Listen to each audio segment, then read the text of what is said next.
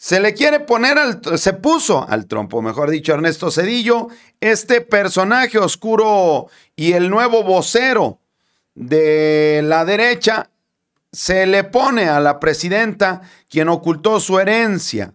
Ernesto Zedillo, quien gobernó del 94 a aquel año 2000, afirmó en una entrevista con Nexos y Letras Libres que el país atraviesa pues este fin de la democracia, acusado al partido Guinda, al partido Morena, de instaurar un régimen tiránico, ¿verdad?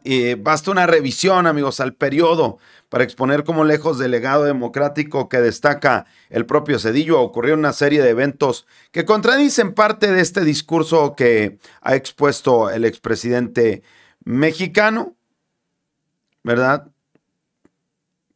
La derecha ha generado una narrativa que la presidenta se enojó mucho por exhibir todas las marrullerías de la 4T. Bueno, en esta plática con Héctor Aguilar Camín y algunas de las publicaciones que hizo el intelectual, el preparadísimo Enrique Krause, ¿verdad? No hay una sola mención al célebre rescate de los banqueros del Fobaproa, con el cual pues se hizo pública esta deuda privada.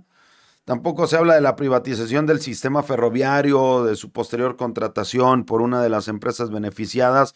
No se habla, ¿verdad? Ni se da cuenta de lo de Acteal, no, nada. En esta entrevista, tipo muy a la entrevista que le hizo Jordi Rosado, no dice que el IFE se integró con mayoría del PRI del PAN, que fue presidido por José Woldenberg, esposo de su secretaria de Ecología.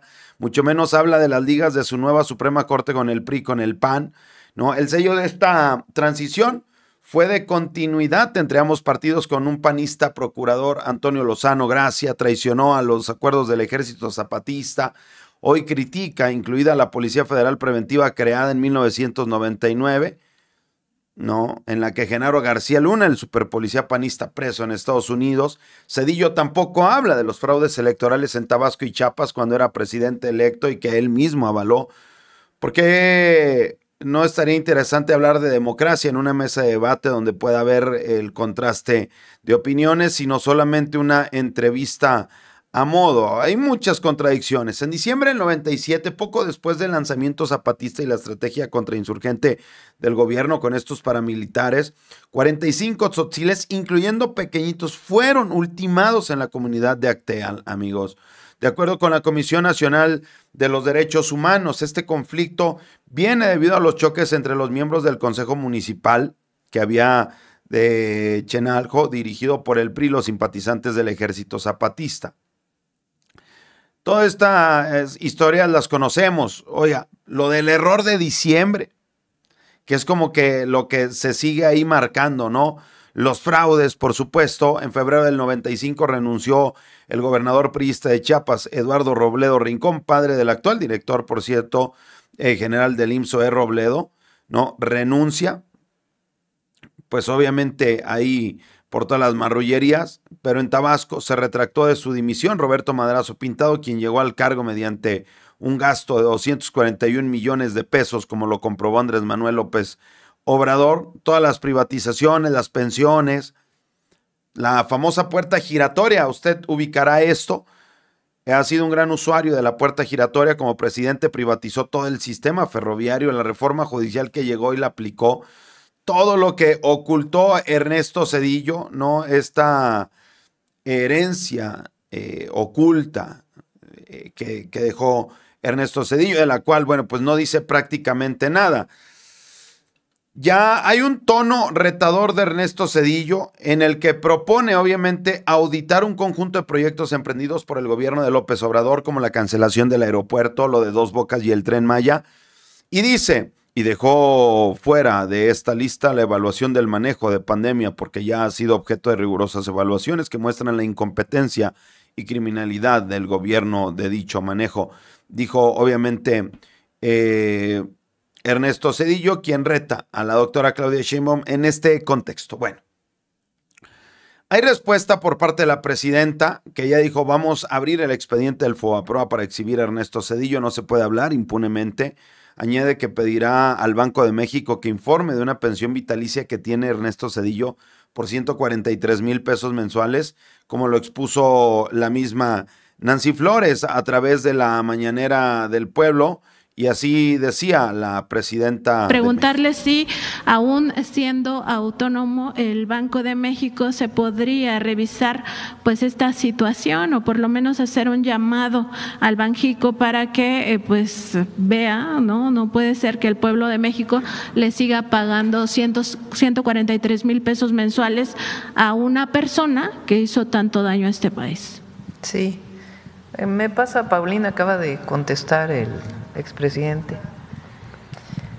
Vamos a, ya que se abrió el expediente, a partir de mañana vamos a informar el FOBAPROA.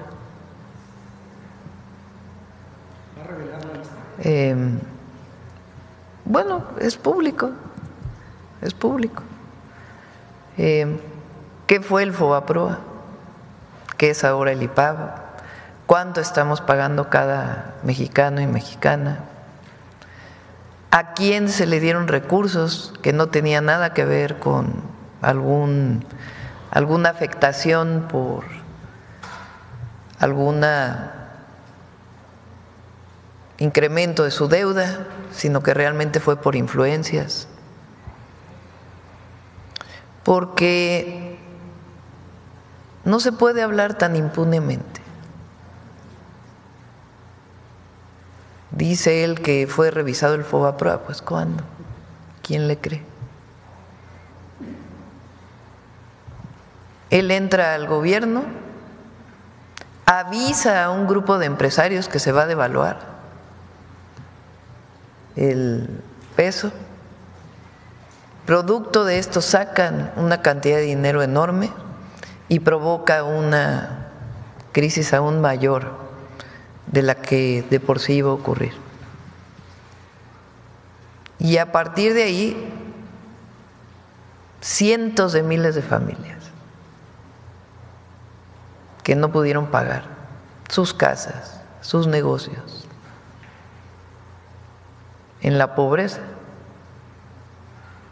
Probablemente muchos tengan casos de conocidos que en el 94 pues cayeron en el no pago y perdieron todo, desde su pequeña vivienda hasta un negocio, y que nunca fueron rescatados, porque a quien se rescató fue a los de arriba, y además con una enorme corrupción, porque ahí entraron expedientes de todo mundo,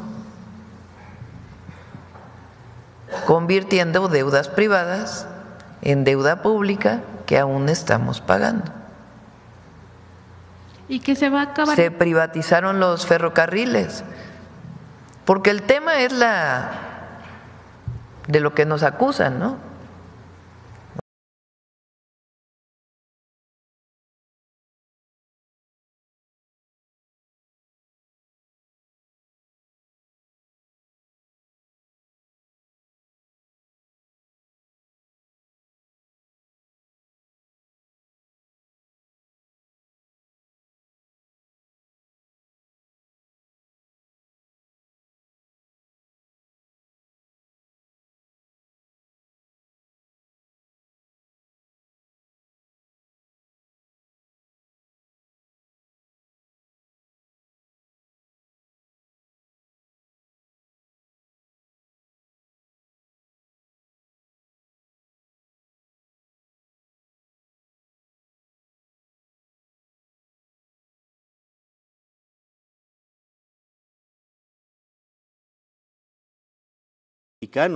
Porque ya no serán los ciudadanos los que cuenten los votos y ese conteo no va a ser transparente. Ahí está, amigos.